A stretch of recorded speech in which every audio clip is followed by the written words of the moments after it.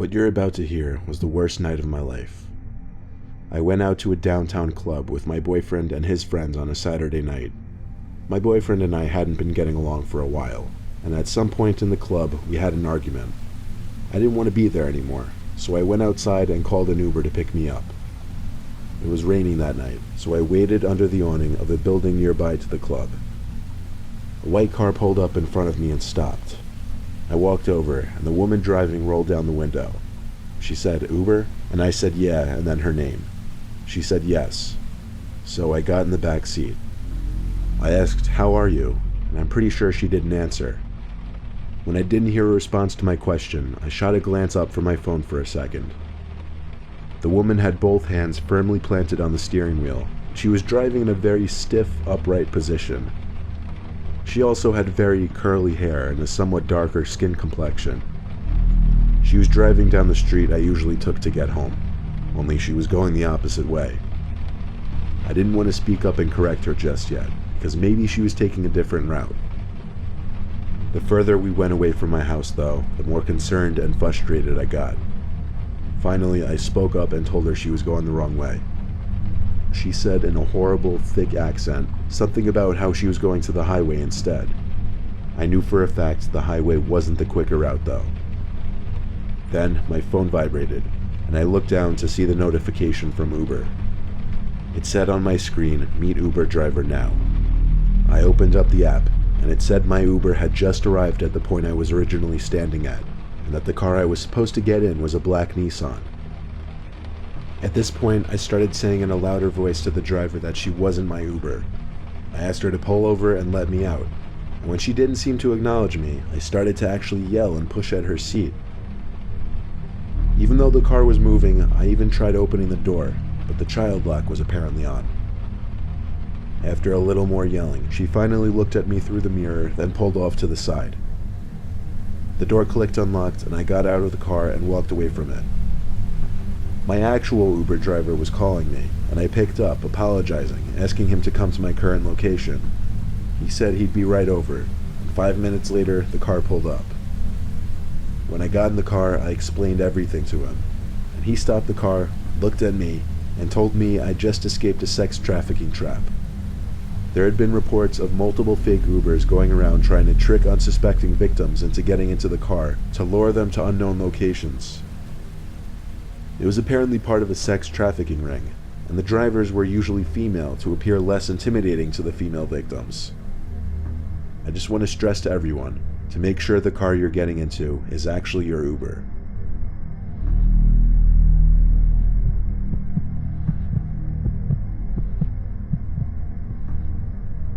One night when I was decently drunk after leaving a bar, I started messaging people on Tinder. Some girl named Alicia had messaged me, so I messaged her back.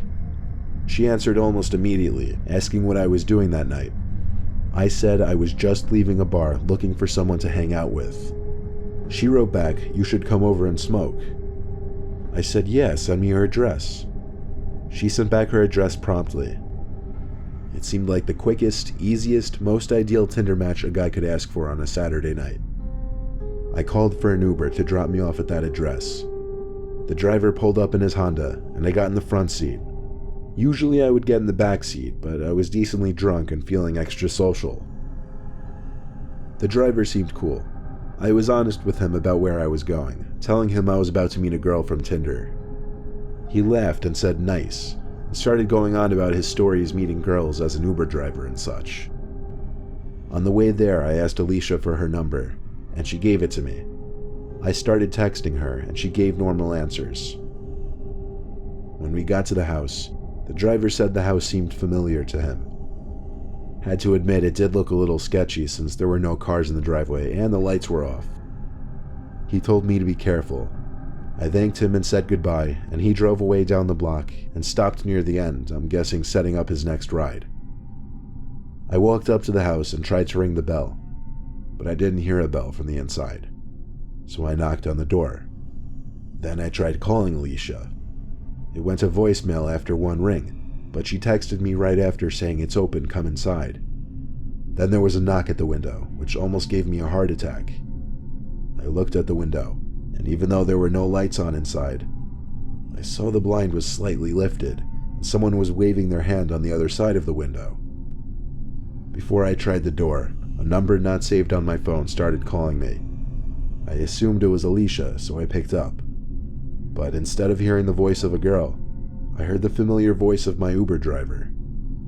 He ordered me in a very concerned voice to walk away from the house right now. I then saw the Uber driver's car pull back up in front of the house. He told me to get back in the car.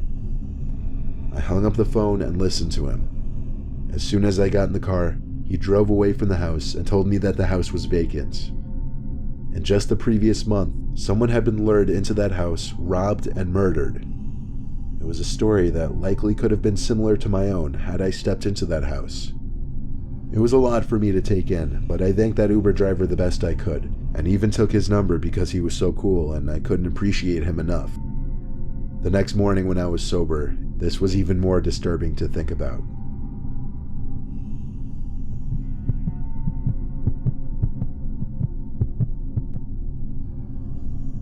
It was a Monday night, a slower night for an Uber driver, especially in our bum-ass town. So when a trip request popped up on my screen, I jumped on it.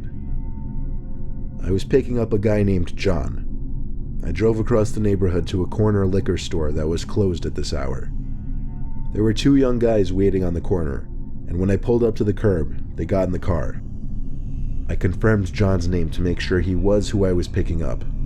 Then I started heading to their destination. The two whispered to each other, and it was a little odd. I looked at the rearview mirror every once in a while, and every time I did, they would both notice and look back at me. I kept trying not to look, but I found myself accidentally doing it over and over. I asked them where they were headed. Neither of them answered. I figured they didn't hear me because the back window was open and there was wind noise. So I asked again. This time one of them yelled Harris Avenue. It didn't answer the main point of my question, which was to be polite and make small talk, but it did let me know these two were not exactly people I wanted in my car. I felt my big toe press a bit harder on the gas instinctively, just knowing I wanted to get there sooner. We got to the street, but the apparent address they wanted me to pull up to was some rundown storefront with a group of guys in front. I slowed down and asked if this was it. I turned around to face them, and saw they were both wearing masks now, similar to the masks from the movie The Purge. I felt something press up against the back of my shoulder. I assumed it was a gun. They told me pull up to where the guys were outside. I did so, and three big guys also wearing masks came up to my window, demanding my wallet. I gave it to them without hesitation, and the two guys in the back seat got out. The five masked men all together walked away from my car, one of them kicking at my door while passing. I drove away and reported it to Uber, who said they'd get in contact with the authorities. It turned out the info used on that John person's account was all fake, and he was using a stolen credit card. I lost $250, my IDs, and countless cards in my wallet, but I'm just happy I escaped with my life.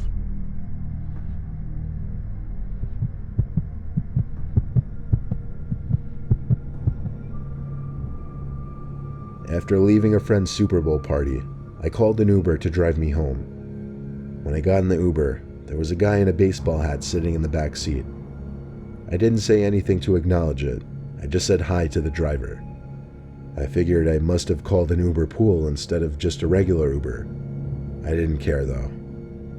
We got to my house, I got out of the car and shut the door.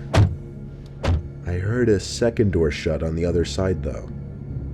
When the car drove away, I saw the guy who had been sitting next to me in the baseball hat, standing in the street, facing in my direction, but his head down so that his hat was covering his face. I said, "What's up? What's going on?" He started to walk away. Still, I knew something was going on. So instead of walking to my house, I started walking around the block. I saw the man on the opposite sidewalk across the street walking in my same direction. When there was an intersection in the street, I turned.